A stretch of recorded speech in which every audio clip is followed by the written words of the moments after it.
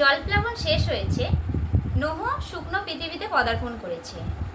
এটি আমরা যে অধ্যায় পাই সেই অধ্যায়ে আনন্দের কোনো ঘটনা আমরা দেখতে পাই না, সেখানে কোনো আনন্দের কথাই নেই। এর কারণটা কি?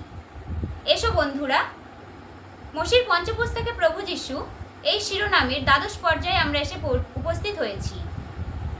চলো আমরা প্রশ্ন উত্তরের মাধ্যমে এই পর্বটিকে এগিয়ে নিয়ে যাই। আদিপুস্তক 9 অধ্যায়, সত্যি সত্যি তুমি ঠিকই কথা বলেছো যে এখানে আনন্দের কোনো ঘোষণা নেই, কিন্তু অনেক প্রশ্ন থেকে গেছে। যেমন ঈশ্বর নোহকে নিয়ম দিয়েছিলেন এবং তার চিহ্ন দিয়েছিলেন মেঘধনু। এই মেঘ এবং ধনু, এই দুটি বিনাশ এবং করুণা, একই চিত্রর মধ্যে দুটির অবস্থান। এর তাৎপর্য কী? নিয়ম, ঈশ্বর এবং নোহর সঙ্গে নিয়ম করলেন, তথাপি ঈশ্বরের একক নিয়ম। এর অর্থ কী? দুটি নিয়ম, একটি ঈশ্বর তো করলেন নোহের সঙ্গে, আরেকটি নিয়ম তাহলে কি? ধ্বংসের পরবর্তী পৃথিবী কেমন? প্রত্যেকটি ধ্বংসের পরেই এই প্রশ্ন থেকে থাকে, এসে যায়। আর এবারও আমাদের সামনে এই প্রশ্ন যে মহা জলপ্লাবনের পরের পৃথিবী কেমন? এতগুলি প্রশ্ন আমাদের সামনে আছে, কিন্তু এর উত্তর নোহের কাহিনীতে পাওয়া যায় না। নোহের ধ্বংসের পরবর্তী অধ্যায়কে দেখায় বা এভাবে শুরু হয় শান্ত আর নিস্তব্ধতা দিয়ে, তথাপি এখানে গভীর এক হৃদকম্পন লুকিয়ে আছে। জাহাজের দরজা খোলা হলো, জল সরে গেছে, পৃথিবী শুকনো হয়েছে, পশু পাখিরা যে যার মতো তাদের দুনিয়ায় ফিরে যাচ্ছে। প্রায় 1 বছরের বেশি সময়ের পর নোহ এবং তার পরিবার খোলা আকাশের নিচে এসে দাঁড়িয়েছে। তারা এমন এক জায়গায় এসে দাঁড়িয়েছে সেখানে স্মৃতি তো আছে কিন্তু সমাজ নেই, পরিবার তো আছে কিন্তু ব্যবস্থা নেই। নোহ কোনো বিজয়ী বীরের মতো এসে পৃথিবীকে মাটিকে স্পর্শ করেনি, কিন্তু নোহ মানবতার দ্বিতীয় আরম্ভের প্রাককালে অত্যন্ত সাবধানী এবং কৃতজ্ঞতাপূর্ণ চিত্তে মাটি স্পর্শ করে। খালি বিস্তীর্ণ ধুধু প্রান্তর, কোথাও কোনো প্রাণের চিহ্ন নেই। নোহ প্রথম এক যজ্ঞ বেদি নির্মাণ করেন, যেমনটি আমরা পাই 8 অধ্যায় তার 15 থেকে 20 পদের মধ্যে। নোহ সেই খালি পৃথিবীতে, নোহর তো প্রথমে কোথায় বাস করবে, কি খাবে, সেই সমস্তর দিকে ছুটে যাওয়া উচিত ছিল, কিন্তু এটাই নোহর কৃতজ্ঞতার চিহ্ন যে নোহ এক যজ্ঞ বেদি নির্মাণ করলেন। এবার ভাবো, যজ্ঞ বেদি নির্মাণ করলেন আর কতগুলি সূচি পশু আর পাখি নিয়ে সদাপ্রভুর উদ্দেশ্যে হোম বলি করছেন নোহ, আর সেখান থেকে উপরের দিকে ধোঁয়া উঠছে। বাইবেল কি সুন্দর এখানে বলে যে আর সদাপ্রভু 21 পদে দেখবে এটা লেখা আছে, তাহাতে সদাপ্রভু তাহার সৌরভ আঘ্রাণ করিলেন না। এটা কেবল ধার্মিকতার কোনো অনুষ্ঠান এমনটি নয়, এটা স্বর্গের সঙ্গে পৃথিবীর পুনর্স্থাপনের সংকেত। ঈশ্বর সৌরভ আঘ্রাণ করছেন, এর অর্থ হচ্ছে মানুষের সঙ্গে ঈশ্বর আবার সহভাগিতার স্বাদ গ্রহণ করছেন। ঈশ্বর নোহ আর তার পরিবারকে ঠিক এর পরের অংশে যদি আমরা পাঠ করি দেখা যায় ঈশ্বর আশীর্বাদ করছেন। 9 অধ্যায় 2 পদে সরাসরি আমরা এটা একটু পাঠ করে নিই, আমাদের আলোচনার সুবিধা হবে। 2 পদ, পৃথিবীর যাবতীয় প্রাণী ও আকাশের যাবতীয় পক্ষী তোমাদের হইতে ভীত ও ত্রাসযুক্ত হইবে। সমস্ত ভূচর জীব ও সমুদ্রের সমস্ত মৎস্যশুদ্ধ সে সকল তোমাদেরই হস্তে সমর্পিত। দেখো এখানে একটি আদেশের কথা দেয়া আছে, আর এই 9 অধ্যায় 1 পদে ঈশ্বর আশীর্বাদ করে নোহকে বলছেন যে প্রজাবন্ত আর বহুবংশ হও, পৃথিবী পরিপূর্ণ করো। কি বললেন? প্রজাবন্ত আর বহুবংশ হও, পৃথিবী পরিপূর্ণ করো। ঠিক এই এক শব্দ, এই ভয়েস ঈশ্বর আরেকবার বলেছিলেন, আরেকবার এটা শোনা গিয়েছিল আদিপুস্তক 1 অধ্যায় আর তার 28 পদে। ঈশ্বর আদমকেও এই একই কথা বলেছিলেন, কিন্তু সেখানের সঙ্গে এখানের পার্থক্য অনেক। এখন পরিবেশ পরিস্থিতি সব কিছু বদলে গেছে, সেদিনের আদমের সেই নিষ্পাপ নিষ্কলঙ্ক অবস্থা এখানে আর নেই। যাদের সামনে ঈশ্বর এই আশীর্বাদ রাখছেন, পৃথিবী পরিপূর্ণ করো, বহুবংশ হও, প্রজাবন্ত হও, তাদের অবস্থা দেখো। তারা বিচার দেখেছে, বিনাশ দেখেছে, তারা মৃত্যুর নির্মম ব্যাপকতা দেখেছে, তারা এটাও দেখেছে মানুষের পতন কেবল একটি কাহিনী নয়, কিন্তু ইতিহাস হয়ে দাঁড়িয়ে আছে। এই কারণেই কি কোনো আনন্দের ঘটনা এই অধ্যায়ে নেই? একদম। যেখানে এত বিনাশ ঘটে গেছে, সেখানে তারা এসে যেখানে দাঁড়িয়েছে, তাদের তো মন সবসময় ভয়ে শিউরে আছে যে আবার কি কোনো বিনাশ আসবে, আবার কি পাপ করে ফেললাম, বা কি হবে এরপর। এই যে বিচ্ছেদ ঘটে গেছে, সমস্ত আত্মীয় পরিজন আর কেউ নেই, সারা পৃথিবী শূন্য, এই কারণেই এই অধ্যায়টা এত সাবধানতা অবলম্বন করেছে। এখানে আনন্দের ঘোষণা নেই, কিন্তু কৃতজ্ঞতাও আছে, যেমন সাবধানতাও আছে। দেখো, প্লাবনের আগে পৃথিবী ভ্রষ্ট ছিল, দৌরাত্ম্য সর্বত্র ব্যক্ত ছিল। প্লাবনের পরের পৃথিবী কিন্তু খালি। খালির অর্থ এটা নয় যে পৃথিবী পবিত্র, একেবারেই তা নয়। জল দিয়ে পৃথিবীকে ঈশ্বর ঢেকে দিয়েছিলেন, কিন্তু মনে রেখো, সেই জল মানুষের ভিতর থেকে মন্দ তাকে সমূলে উপড়ে ফেলতে পারেনি। এই জন্যই এই অধ্যায়টা শুধু একটি নতুন শুরুর দলিল নয়, কিন্তু এই অধ্যায়টা একটি নতুন সীমারও দলিল। আর এখানেই এক নতুন আদেশও পাওয়া যায়, যেটা তুমি পড়লে 2 পদে। ঈশ্বর আদেশ দিচ্ছেন কি, যে মানুষ এবং সমস্ত পশু পাখির মাঝে একটা দেয়াল উঠে যাবে। এবার থেকে সেই পশু পাখিরা মানুষকে ভয় করবে। এটা আদমের সেই এডেন উদ্যানের মতো নিরাপদ কোনো বাতাবরণ এখানে নেই। আর এখানে সৃষ্টির সঙ্গে বিভাজনকে দেখা যায়। এটা কেবল প্রাণী জগতের যে পরিবর্তন, এত বড় এক বিপর্যয়ের ফলে প্রাণী জগতের পরিবর্তন হয়েছে তা নয়, দুনিয়া ভগ্ন হয়েছে, তাই তাদের সম্পর্কও বদলে গেছে। এখানে জীবিত থাকার জন্য অন্য শর্ত আছে। যেমন এই শর্তের কথা বললে প্রথমেই মানুষের খাদ্য অভ্যাসের দিকে আমাদের নজর দিতে হয়। সেখানে 3 পদে কি বলছেন একটু পড়ো। 9 অধ্যায় 3 পদ। প্রত্যেক গমনশীল প্রাণী তোমাদের খাদ্য হইবে, আমি হরিত ঔষধির ন্যায় সে সকল তোমাদিগকে দিলাম। এইখানে একটা বিভাজন আমরা দেখতে পাই। এই শেষ লাইনটা, হরিত ঔষধি মানুষের খাদ্য ছিল প্রথমে প্লাবনের আগে, আর এরপর ঈশ্বর যোগ করলেন কি, গমনশীল প্রত্যেক প্রাণী তোমাদের খাদ্য হইবে। এখানেও পার্থক্য লক্ষ্য করা যায়। আমরা যত এগোবো তত দেখবো যে অনেক বদলে গেছে পৃথিবী। মানুষ শুধু একা বদলেছে এটা নয়। আমরা 3 পদে এটা পড়লাম, খাদ্য অভ্যাসের বদল।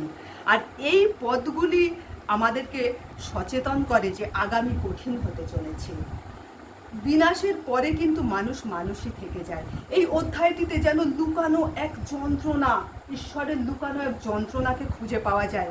আর এই কারণেই ঈশ্বর সরাসরি হস্তক্ষেপ করছেন, মানুষকে বিধি দিচ্ছেন, বিধান দিচ্ছেন। এরপরে আমরা 4 পদ যদি পড়ি, সেখানে মারাত্মক এক বিধান ঈশ্বর দিচ্ছেন। 4 পদটি পড়ো। কিন্তু সপ্রাণ অর্থাৎ স্বরক্ত মাংস ভোজন করিও না। এটা দেখো, খুব ভালো করে খেয়াল করে দেখো, ঈশ্বর প্রাণী খেতে বলছেন, কিন্তু সপ্রাণ বা স্বরক্ত মাংস তিনি ভোজন করতে দিচ্ছেন না। এর আদেশের সঙ্গে একটা সীমা নির্ধারণ করে দিচ্ছেন। স্বরক্ত মাংস ভোজন করিও না।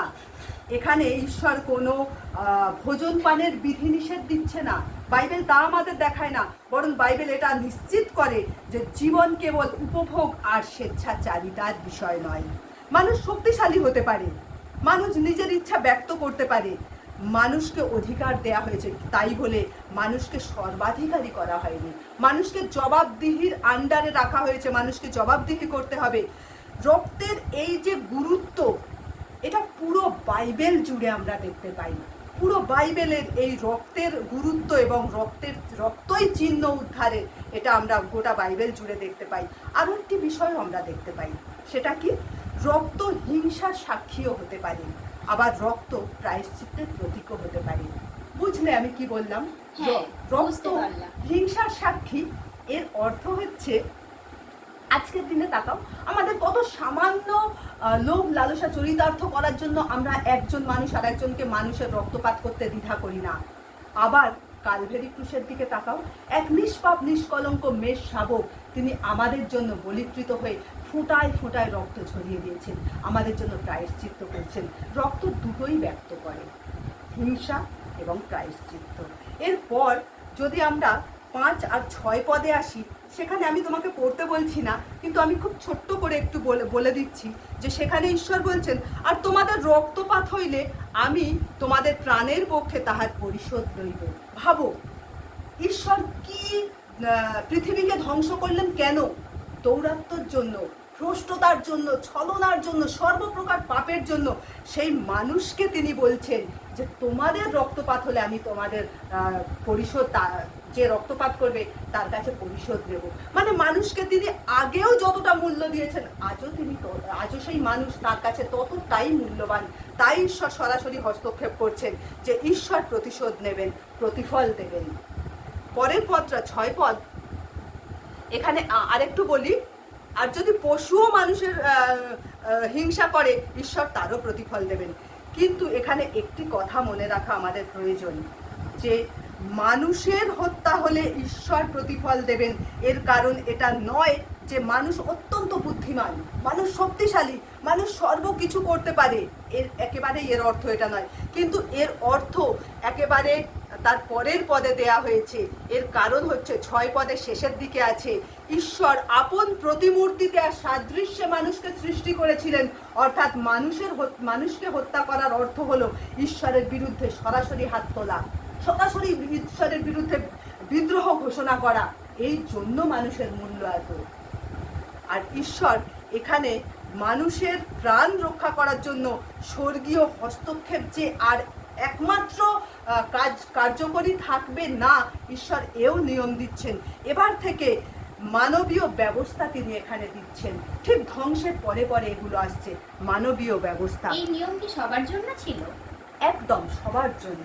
আমরা ঠিক আর একটা দুটো পদ পরেই আমরা কাদের জন্য ছিল সেটা দেখতে পাবো।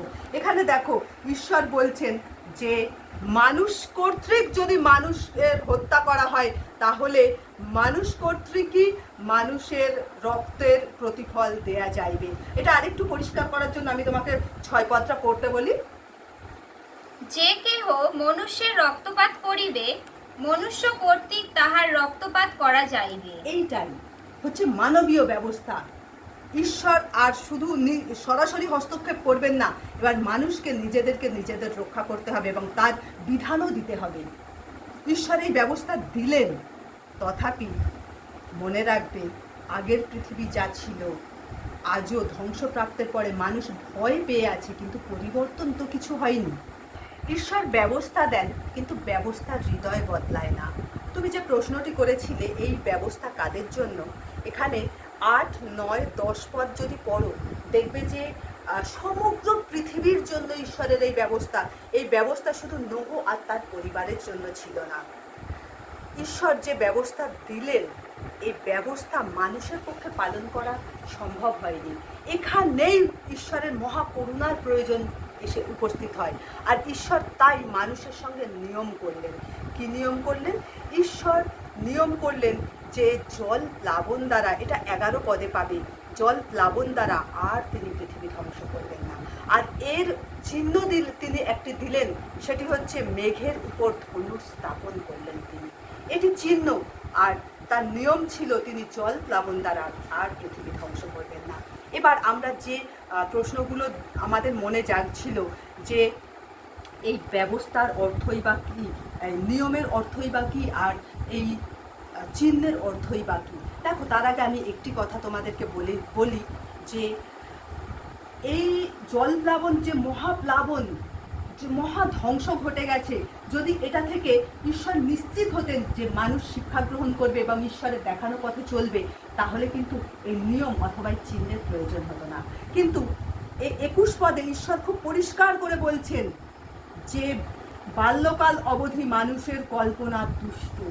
বাল্যকাল অবধি মানুষের কল্পনা দুষ্ট, অর্থাৎ মানুষের পরিবর্তন নেই। তথাপি এই ব্যবস্থা বা এই ঈশ্বরের চুক্তি নোহের সঙ্গে বা সমগ্র পৃথিবীর সঙ্গে কেন, এখানে ঈশ্বর কি সুন্দর পরিষ্কার করে বলছেন, তোমাদের ভাবি বংশের সহিত ও তোমাদের সঙ্গী যাবতীয় প্রাণীর সহিত, পশু এবং গ্রাম্য ও বন্য পশু পৃথিবীস্থ যত প্রাণী জাহাজ হইতে বাহির হইয়াছে তাহাদের সহিত আমার এই নিয়ম স্থির করি। বাইবেলই তোমার প্রশ্নের উত্তর দিয়ে দেবে। দিল ঈশ্বর সমগ্র পৃথিবীর সঙ্গে, এমনকি ভাবি বংশের সঙ্গেও, আমাদের এবং আমাদের পরবর্তী যারা আসছে তাদের সঙ্গেও ঈশ্বরের এই নিয়ম, মেঘে আপন ধনু স্থাপন করবেন, আর তিনি এই করলেন। তথাপি আমাদের মনে রাখতে হবে, ঈশ্বর বলেছেন জল প্লাবন দ্বারা পৃথিবী ধ্বংস তিনি করবেন না। তিনি তখনও, তারপর থেকেও করেননি, আজও করেননি।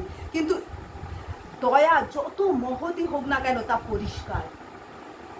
আমাদের কাছে বলে তিনি জল প্লাবন দ্বারা পৃথিবী ধ্বংস করবেন না, কিন্তু পৃথিবী ধ্বংস করবেন না এ কথা তিনি বলে না। তিনি কাদের সঙ্গে নিয়ম করছেন? মাংসময় প্রাণীদের সঙ্গে নিয়ম স্থাপন করছেন। 15 পদে তাই বলে, মাংস অর্থাৎ অভিলাষে পূর্ণ জীব, এদের সঙ্গে নিয়ম স্থাপন করছেন। আর ঈশ্বর বলছেন মেঘের উপরে যখন নিজের সেই ধনু দৃষ্ট হবে, অর্থাৎ দেখা যাবে, তার মানে ঈশ্বরের চিহ্নটি দৃশ্যমান চিহ্ন, সেটা মানুষ দেখতে পাবে, ঈশ্বরও দেখবেন। সেই চিহ্ন যখন তিনি দেখবেন তখন তিনি স্মরণ করবেন, আর তিনি ধ্বংস জল প্লাবন দিয়ে করবেন না। এখানে আমাদের একটি প্রশ্ন থাকে যে তিনি স্মরণ করবেন, তার মানে কি ঈশ্বর আগে ভুলে গিয়েছিলেন বা পরে ভুলে যাবেন? না, বাইবেল তা বলে না। বাইবেল এটা আমাদের শিক্ষা দেয় যে ঈশ্বর তার বাক্য অনুসারে কার্য করবেন। ধ্বংস যত ব্যাপক ছিল না, তার থেকে দয়া আরো মহৎ ছিল। এই ধনু, মেঘে ধনু, ভাবো মেঘ, অর্থাৎ সে যুগে সেই মেঘটা আতঙ্কের চিহ্ন হয়ে দাঁড়িয়েছিল। অর্থাৎ মেঘ হলেই মনে হতো আবার বৃষ্টি নেমে পৃথিবীকে ভাসিয়ে নিয়ে যাবে না তো, এটা ধ্বংসের চিহ্ন। ধনুক কিসের চিহ্ন? ধনুক হচ্ছে অস্ত্র, যেন যুদ্ধের একটি অস্ত্র। আর এখানে কি দেখাচ্ছে? যুদ্ধ শেষ, ধনুকের মুখ অন্যদিকে, আকাশের দিকে, পৃথিবী থেকে অন্যদিকে ঘোরানো, মহাশান্তি। দুটি, এক যুদ্ধ, এক ধ্বংস, অথচ দুটি একসঙ্গে যখন মিলে যাচ্ছে, মহাকরুণার চিহ্ন। এই মহাকরুণার চিহ্ন হচ্ছে মেঘে ঈশ্বরের ধনু স্থাপন। আর এই মহাকরুণাই আমাদেরকে ধ্বংস করছে না, কিন্তু সুযোগ দিচ্ছে, সময় দিচ্ছে ঈশ্বরের দেখানো পথে, তার বিধি ব্যবস্থা পথে চলে সেই ঈশ্বরের মানদণ্ডে পৌঁছাতে।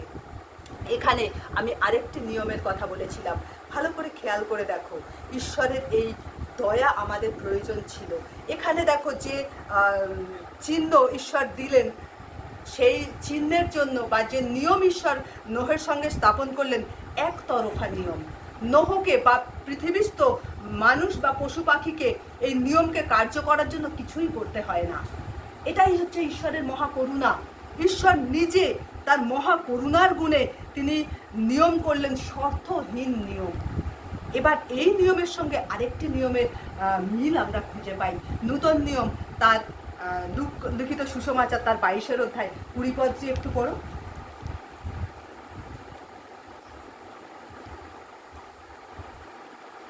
আর সেই রূপে তিনি ভোজন শেষ হইলে পানপাত্রটি লইয়া কহিলেন, এই পানপাত্র আমার রক্তে নতুন নিয়ম। এই দুই নিয়ম, এক ঈশ্বর নোহের সঙ্গে এবং তার ভাবি বংশের সঙ্গে যে নিয়ম করেছিলেন, আর প্রভু যিশু সেই সময়ের বিশ্বাসী এবং ভাবি বিশ্বাসীদের সঙ্গে যে নিয়ম করেছিলেন, দুই নিয়মই মহাকরুণার গুণে দত্ত হয়েছিল। সেই প্রভু যিশুর নিয়মকে কার্যকর করতে গেলে আমাদেরও কিছু করতে হয় না, অথচ দুই নিয়মের যতটা সাদৃশ্য আছে, বৈসাদৃশ্যও ততটা আছে। এই দুই নিয়মই হচ্ছে শর্তহীন ঈশ্বরের মহাকরুণার প্রকাশ, তার প্রেমের প্রকাশ। আবার নোহের সঙ্গে যে নিয়ম করা হয়েছিল সমগ্র পৃথিবীকে রক্ষা করার জন্য, আর নূতন নিয়মে প্রভু যিশু যে নিয়ম স্থাপন করলেন তা বিশ্বাসী এবং ভাবি বিশ্বাসীদের রক্ষার জন্য। এই চুক্তির চিহ্ন থাকবে, নোহের সঙ্গে যে চুক্তি হয়েছিল তার চিহ্ন ছিল মেঘের উপরে ধনু, আর প্রভু যিশু যে নিয়ম করেছিলেন তার চিহ্ন হচ্ছে বাপ্তিস্ম এবং প্রভুর ভোজ। দুটোই দৃশ্য নিয়ম এবং এর আত্মিক রহস্যও অবশ্যই আছে। প্রভু যিশু যে নিয়ম করেছেন তার সঙ্গে ঈশ্বরের করা নোহের নিয়মের মধ্যে পার্থক্য আছে। ঈশ্বরের সেই নিয়ম বাহ্যিক জগৎ এবং মানুষেরকে রক্ষার জন্য, তাদের শরীর, সেই পৃথিবীকে রক্ষার জন্য সেই নিয়ম, যে পৃথিবী ধ্বংস হবে না। আর প্রভু যিশুর নিয়ম মানুষের আত্মার রক্ষা, সে আত্মার মুক্তি এবং অনন্ত জীবন প্রাপ্তির প্রতিজ্ঞা। ঈশ্বরের বিচার সেই মেঘ ধনু হলে আকাশে দেখা দিলে সেই ঈশ্বরের বিচার আর পৃথিবীতে নেমে আসবে না, জলের মধ্যে দিয়ে নেমে আসবে না, তথাপি কখনো নেমে আসবে না বা অন্য কিছুর মধ্যে দিয়ে নেমে আসবে না, এটা নয়। আর প্রভু যিশু যখন ক্রুশারোপিত হলেন, সেই ক্রুশই হচ্ছে বিচার। অথচ আমাদের কাছে সেই ক্রুশ হচ্ছে অনন্ত প্রেমের চূড়ান্ত মিলন স্থল। কি সুন্দর দুটো নিয়ম পাশাপাশি যাচ্ছে দেখো, অথচ কত বছর আগে সেই নিয়ম দেওয়া হয়েছিল। সেই নিয়মের দিকে সেই মানুষগুলোকে তাকাতে হতো এবং বুঝতে হতো এটা আমাদের শরীর, পৃথিবী, ভৌতিক বস্তুর রক্ষার জন্য, আমাদের আত্মার রক্ষার জন্য আসছে সেই নিয়ম। এভাবেই তাদেরকে চলতে হতো। পাপ, নোহের যে সঙ্গে ঈশ্বরের যে নিয়ম ছিল, সেই নিয়মে পাপ শেষ হয়ে যায় না, কিন্তু সুযোগ থাকে, সময় দেয়া হয়। আর প্রভু যিশুর নিয়মে যে রক্তের নিয়ম করেছিলেন, এতে মানুষকে চিরকাল মাংসে বাঁচিয়ে রাখা হয় না, কিন্তু কি করা হয়, হৃদয় থেকে পবিত্র আত্মা দ্বারা পরিবর্তন করা হয় তাকে, আর তাকে স্বর্গপ্রাপ্তি দেয়া হয় প্রভু যিশুর মধ্যে দিয়ে। এই ছিল দুই নিয়ম, এবং এই ছিল সেই নোহের পৃথিবীতে পদার্পণ করার পরের অবস্থা। আর প্রভু যিশু যখন স্বর্গে আরোহণ করলেন আর তিনি পুনরুত্থিত হলেন, আর আমাদেরও সেই নতুন পৃথিবী, বিশ্বাসের পৃথিবীতে পদার্পণও সেই রকম। চারিদিক মানে পরজাতি এবং অন্যান্য বিশ্বাস, অন্যান্য পাপ জুড়ে আছে, সেই পৃথিবীতে আমাদের হেঁটে এগিয়ে যেতে হবে প্রভু যিশুর সেই রক্তের নিয়মকে, সেই বাপ্তিস্মের মধ্যে দিয়ে গিয়ে প্রভুর ভোজে পৌঁছানো এবং বিশ্বাসে তাকে গ্রহণ করে স্বর্গে পৌঁছানো। এই দুই নিয়ম আজকে আমরা অধ্যয়ন করলাম। আর এর পরের অংশে আমরা আরেকটি পৃথিবীর কলঙ্কময় ঘটনার মধ্যে দিয়ে যাব এবং সেখানে দেখব ঈশ্বরের হাজারো করুণা থাকলেও মানুষ কত পাপী, কত কলঙ্কিত, ঈশ্বরকে কতভাবে দুঃখার্ত করতে পারে। আজকে আমাদের পর্ব আমরা এখানেই শেষ করি। নমস্কার।